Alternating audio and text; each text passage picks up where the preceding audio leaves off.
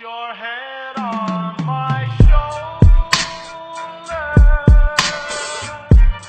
Hold me in your arms. Hello, everyone, and welcome back to the Smeef Show. This is episode 13? No, 12. Fuck. I'm fumbling over my words. With my guest, Rav. Skirt. You're a hard man to get a hold of, man. I am. I'm just such a big, famous, so fucking rich famous, man. Yeah, famous. dude, Mr. Hollywood over here. Yeah, I'm sorry. Mr. LA, fucking booing on the sidewalk. My lawyers contacted me through my agent, who told me they spoke with your agent, who spoke to your lawyers, and we finally got this sorted out. We got this sorted here out we are over Twitter fucking DMs. But between our lawyers who are communicating through our agents, did I say? Yeah. Anyway, we're fine. We're here. Yeah, but introduce yourself, man. Like, what do you do? Hey, my name's Rav. I'm a rapper. I also have a podcast with Bill. I own the collective. I am one of the owners of the company Exociety. I'm also one of the members of the collective. I'm the founder. And also we have a podcast called WeDon'tSuck with Bill. I'll link it, or I won't because I don't care about you. Okay, thank you. Either or works. We just found out the other day that one of the reasons we can't get monetized on YouTube is because "suck" is one of those words that YouTube. And we found out because on this latest episode that we were on with Super Mega, their shit got demonetized immediately, and we're like, "Oh, what happened?" We we didn't do anything. We didn't. I don't think we cursed in the first minute.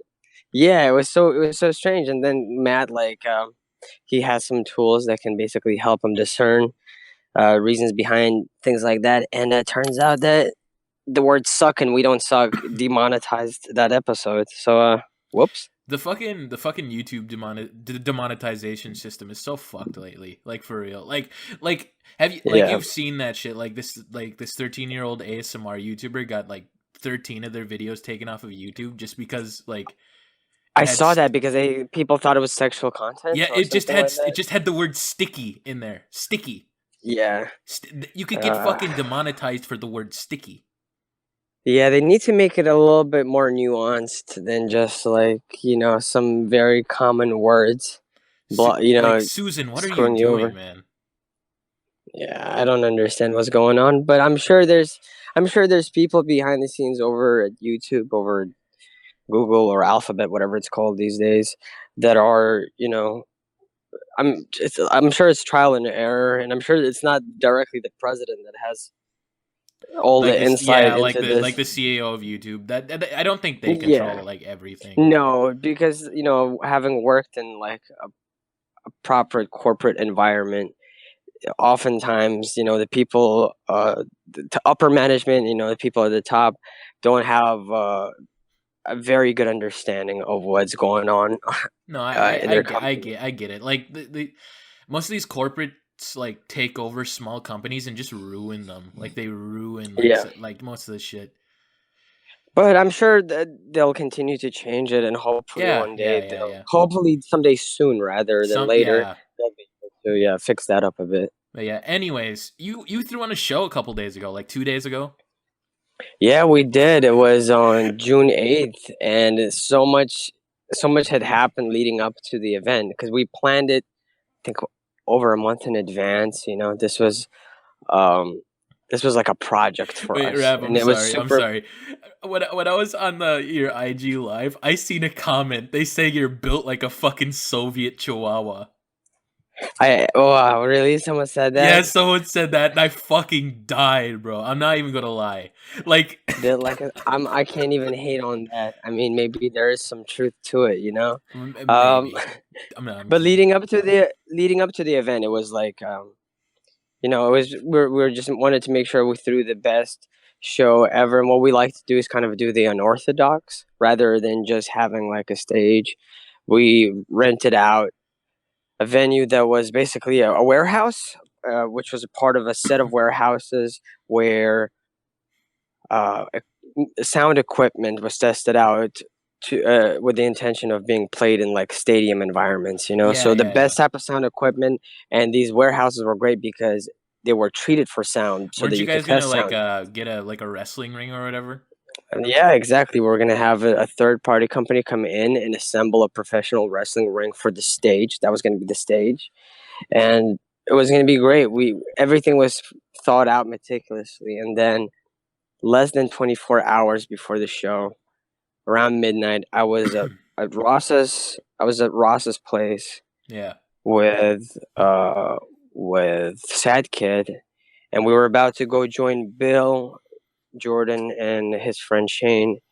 Um, But by like, his, I mean wait Bill's one sec. friend Shane. If They were going out. They were going to see Tommy Wiseau and the Room, and Tommy Wiseau was going to be there, and we were going to join them. And as we were about to head out around midnight, I get a call, and we get told that the venue canceled on us because we had sold out 150 tickets, and even more people were expressing oh, you interest to guys were turn up.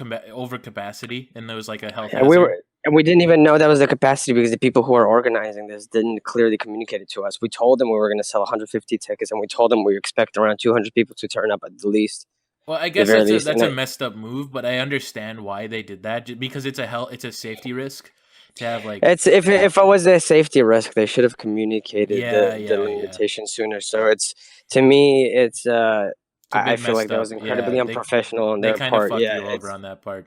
oh yeah, they definitely fucked me over, and the people who were helping with all the organizing and stuff definitely failed me on that one. But Yeah. you know, we basically that fell through because I think they were just super surprised that so many people were coming through. They didn't expect us to sell out a show, let alone sell out a show like so quickly.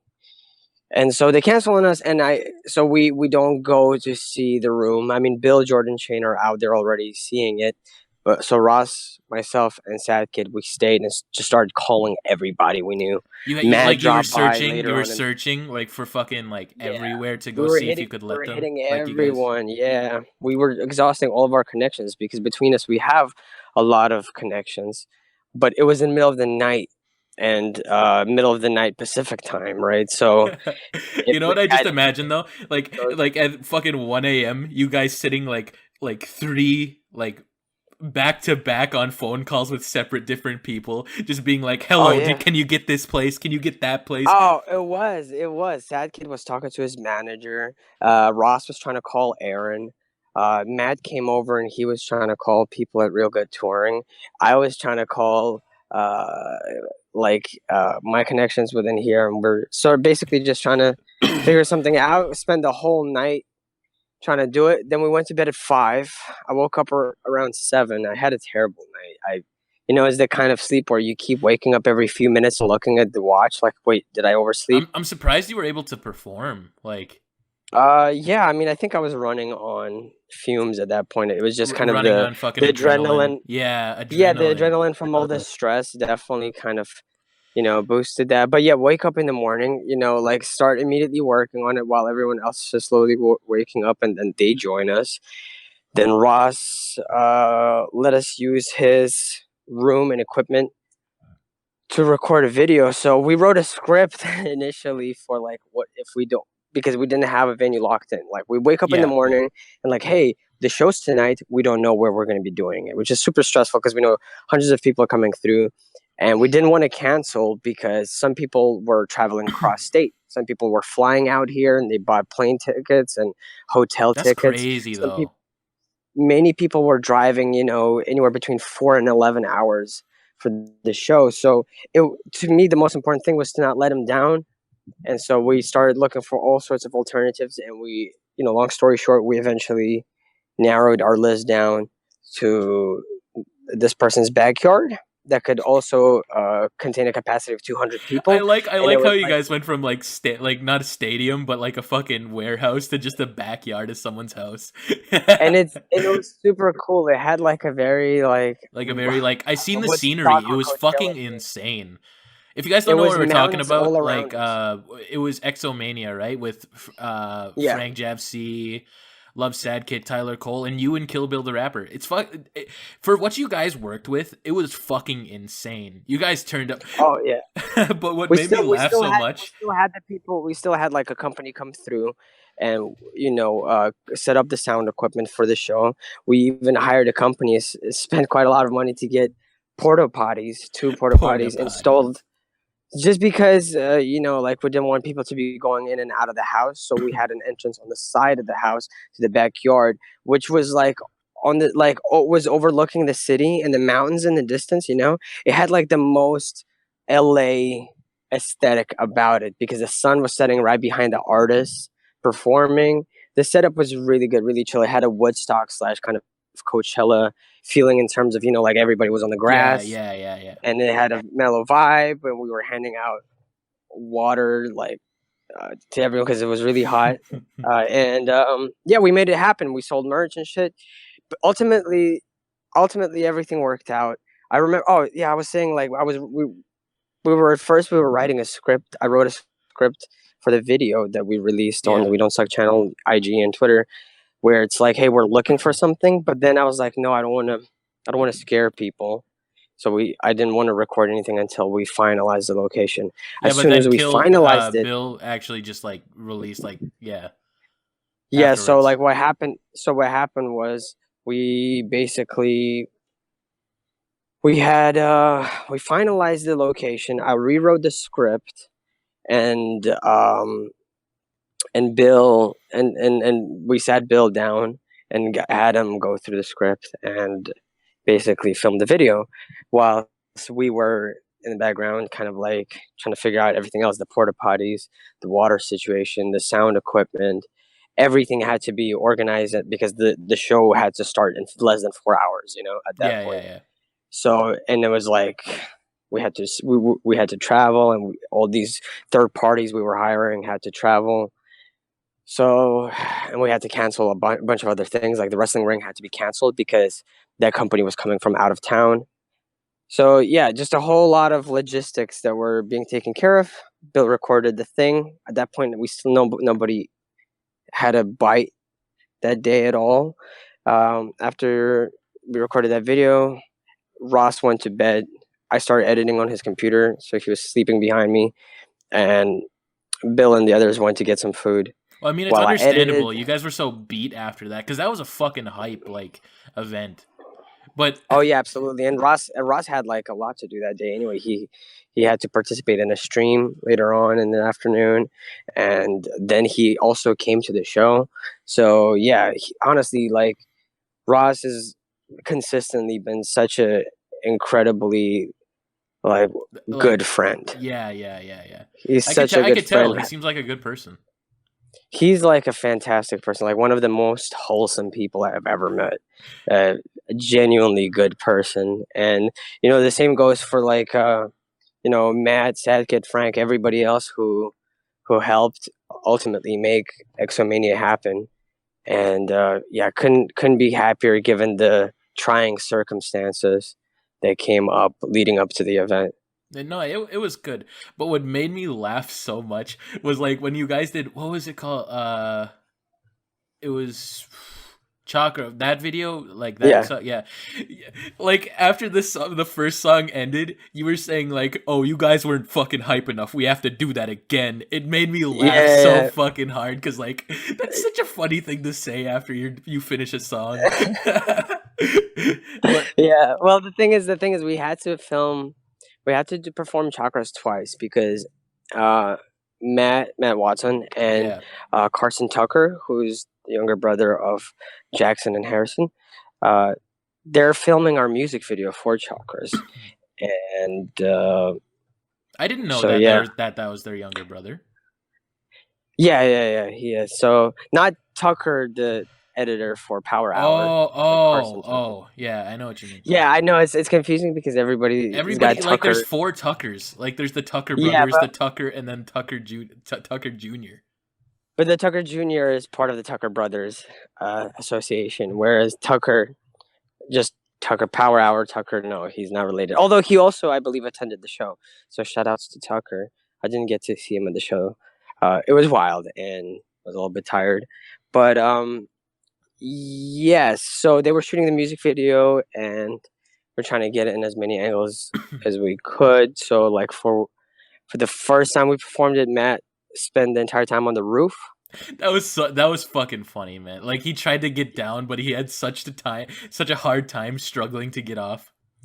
It was easy, yeah, because it was easier to climb and a lot more difficult to get down. But Ross was there when they were climbing down, and being the good, wholesome boy that he is, he and gave words of encouragement and was there just in case to catch Like the good I'm boys. from Canada though, and you guys performed so fucking late. It was like 1 o'clock in the morning when you guys finally got on the set for me.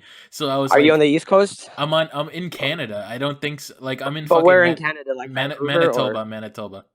Oh, okay. See, because if you were in Vancouver, it wouldn't be too late for you. It was like 12 or 11. No, Oh, 12 or okay, 1. yeah. For if you on the West Coast, we came on around 10, I think, ish on our time here. But we were done around 11. We only got to perform half of our set again because of all the things that came up. Yeah. We had to shift some things around, and we reduced our set a little bit just to make sure everyone else got their sets, because it was already upsetting to me that we had to reduce some of the opening acts sets just to accommodate like all the changes that occurred And last minute. you guys were planning this for so long, weren't you? Yeah, absolutely. I've been working on this for a while, talking to people and trying to make sure that like this was going to happen properly. Well, still a And fucking amazing event though. Like it was. It brought yeah, a lot of thank you. I like really appreciate it. a Hold lot on a of good second. Let me people just. got together and were Hey, hey, amazing. Bill. Can you hit Frank and Kid up and just tell them that like, hey, Rav's in the podcast right now, so if you guys are heading over here, just like talk to you instead, because I think Frank and Kid might be trying to text me. Just tell him that like, yeah, sorry if Rav is not responding, he's in the podcast. Let me know if when you get here or Damn. whatever. This podcast Okay, there we actually go. feels legitimate now. There we go.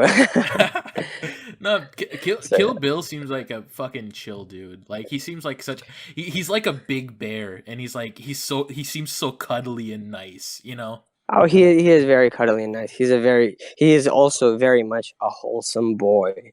I think most of the people I surround myself with happen to be wholesome boys too. Yeah, Balance out my lack of wholesomeness. well, like to me, like you're a big inspiration. Like you guys do the podcast and stuff like that, and it's just amazing how you guys put out so much shit in a matter of time. Thank you. Same with like Matt and Ryan. And then I take away that, and then I listen to We Don't Suck. I heard a few episodes. It's just amazing how you guys put out every fucking week, right? Thank you. Yeah. And we were working, full-time jobs, trying to do the music thing also and leading personal lives. I live with my fiance, with whom I've lived for 4 years, and Oh, that's sweet. so doing like trying to do multiple things. Like you're It can working be on trying. music, you have a fucking fiance, you do a podcast, you're setting up events. Like when are you? I understand. That's why you're so fucking busy, and that's why it was hard for you to get on here because your schedule's so fucking tight. And I find that amazing that you balance all this shit out and still have time for this. It's really commendable. I appreciate it. It's nothing. Hold on a second. Bill's asking something. I can hear you because of the reverb in here. Just Frank and Sidekick, just to tell him that like I can't respond to the phone. That's all it really is. What do you It's want? popping. They're coming. They're here. They're gonna be here in like 15 minutes. That's all. Yeah, don't worry about it. Yeah, Bill was just checking. He understood what I meant. Yeah, no, like it's cool. Let's talk about your discography. Sorry about that, yeah. Actually, Oh, thank you. Yeah, let's talk about the discography. Why not? what was your first like EP or Well, album you came out with? One thing I will say about the discography. Oops, hold on. I'm pressing stuff with my cheek. Can you hear me? Yeah, I can. There we go. Yeah. So I mean, ultimately, I haven't really dropped anything besides mixtapes for the most part. So my first known record is Hyperkinesis EP that I released in 2012, and Anthony Fantano posted it on his website talking about it. Oh, that's where you kind of started, like. That was the first time he So I talked about my music. Were So you that was still like about living with your parents at that time, being a little Soviet boy and shit like that? around that time. I was probably in college. I think I was in college. Yeah. Sweet. So I was in college, and I'll be in college next um, year. Actually, I'm actually like I just turned 17 like 10 days ago. nice. Oh, sick. Yeah. Congrats. Happy birthday. Happy belated birthday. Happy But yeah. belated birthday. Nah, that's cool. But Yeah. So yeah, no, so we did that, and then like a few years later, I actually a couple years later, I flew over and moved in with Bill in South Carolina, Columbia. Matt and Ryan were actually also there around that time, but none of us really knew each other. like Ryan So was a fan of you though. No, Matt was a fan of you though. no, Matt became a friend of ours, a fan of ours after we recorded Ramona. That's why I moved in with Bill. It wasn't just for that, but that was Ramona's a one of the fucking main reasons. amazing album. That's the first thing I heard from you guys. Like Yeah, it's one of my favorites. for when you guys were at Exomania, I was like the first track, like I stayed for Backwoods and the Two Chakras, and then I had to dip. I fell asleep so fucking hard that night. I don't know. It was happy. I was happy though because I got to see you guys perform, and Yeah, it was just a good night. people are gonna put up the footage. I'm really excited about the last song that we performed. I did. You fuckers were asking for this one. Oh, The Boyne I edit wish I live, was there for that one, man. I wish I and was fucking there everybody for that. was saying every single word, and it was a very special, intimate moment between a couple hundred people. I wish you guys performed like off your newest album, New Moon. What was it? We did. We did Love Drug. We did Saffron. What was that other one? And Dirge or we were Dirge? going to do Dirge, but we had to cut our set. We had Dirge, to cut a Dirge lot of was a songs good out. song. It's a good song. Like it's a good It's Thank you. I track. appreciate it. I mean, I like to think all of those tracks are pretty good, but yeah, I definitely we wanted to perform Dirge. Unfortunately, we had to cut it out. We reduced our set was going to be an hour and 30 minutes long. Well, that's And understandable that you guys cut it. we ended up reducing it to like 50 or an hour. So yeah. Tyler Anyway, Cole killed it too, man. Like I'm gonna admit. Tyler Cole did. Man, all of them killed it. Honestly, Yeah, Tyler yeah. Cole did his thing. He was really spazzing out. But what threw me off a little bit, I didn't know what Frank Javc was gonna do because I didn't really know like what his thing was. So it kind of threw me off a bit, and then I was like, I'm vibing with this. Like I fuck with it. I fuck with this. Like after it was after a little bit. It was super cool, especially if you were there. It's like it was such a vibe, you know. It was an Everybody experience. really It was an experience. Oh, absolutely. And then Sad Kid and Dom, they're insane. Sad Kid's coming over too, actually, in like 10 minutes. But yeah, they absolutely killed it. It was so inspiring. And then can't forget about all the opening acts, just incredible. It's such a shame their acts weren't longer. Shango, you know, he's an underground legend. Can't forget Shaka, he's a god. And Elos and Blunt Gus, Eric X. Shouts out to everybody who came through and I wish I was could have part been of there, the but Exomania experience. I'm a fucking Canadian boy that can't go places. Oh man, don't worry about it. It was great, and we had a whole lot of fun. And I kind of digressed. I was gonna say earlier we did, you know, I did Hyperkinesis. We did Ramona 2014. We did Beneath the Toxic Jungle the next year along with Resin, and we did Drop Season. I say we did. I mean, Bill dropped Drop Season. Bill dropped Resin, and You just then eventually you just put out a small like compilation. Compilation Vestiges, right? Vestiges is 20 songs. 20 I basically went songs? through. Yeah, it's 20 songs, and it's almost an hour long. There's only one new track on there though, right? No, there's a few. There's a few. Oh, yeah. But it's the first one is kind of like the one that no one heard at all. Whereas some of the other new ones, they're like they existed at some point in one capacity or another. So people might be familiar with them. But yeah, like they were basically what I was doing for the past few years. I was dropping like these B-sides records, which were intended to be just like me like getting rid of stuff off of my hardware, like Yeah, hard yeah. drive. Sorry, like Isn't here's that the like songs most that I of don't like really some of your care for. discography too? It's like tapes from like 2011, 2000. Some of them, yeah, from 2011, and from like some of the B-sides joints, like the earlier records. Some of the songs were recorded in 2008. You know what I mean? 2007. So it's really old stuff, and I just put it out there, kind of like as a time capsule for myself, I suppose. Whereas Yeah. Vestiges kind of was me, like, you know what? Since some people really gravitate towards a lot of these songs, why don't I actually take it seriously? And like, I do like some of the songs. Sat down and thought about like, oh wow, these songs. Like, I've been making music since like I've been putting these songs out like when I was in high school. Then I went to college. Then when I dropped out of college, when I didn't have a job, when I had a job, when I left my like, they've really music's been with It me really throughout my speaks to whole like. you. Yeah. It's like Well, it's just like therapeutic in a way. Yeah. it's more so like I've chronicled my journey up until now. So I thought, you know what, why not me? Why don't I like do something about that? Take that and put it in a way that's a little more concise, because there were hundreds of songs. So I've condensed it into 20 songs that resonated with me the most, that I enjoyed the most. Mm. And yeah, put that out. And that was great. We were selling 500 CDs, and it was a surprise release, and we sold all 500 in half a day, which is Whoa, insane. So that is insane. Like yeah, you've it seen that was insane. fucking that influencer with like 2 million on Instagram. They couldn't sell Mhm. 36 shirts. Really? Meanwhile, you guys sold like 500 CDs in a day.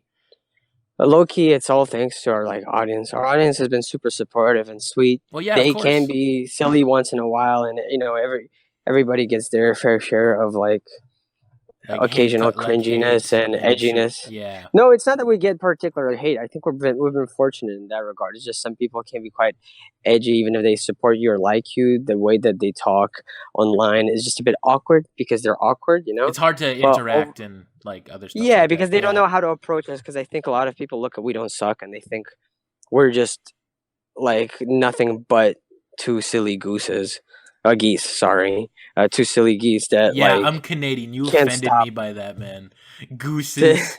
Come on. they, they can't, take anything seriously. So people oftentimes approach us like too silly. But I think at the show, everything was cool. I think for the most part, most people can separate the We Don't Suck stuff and the music stuff. Yeah, It's like slightly two different that's worlds. good.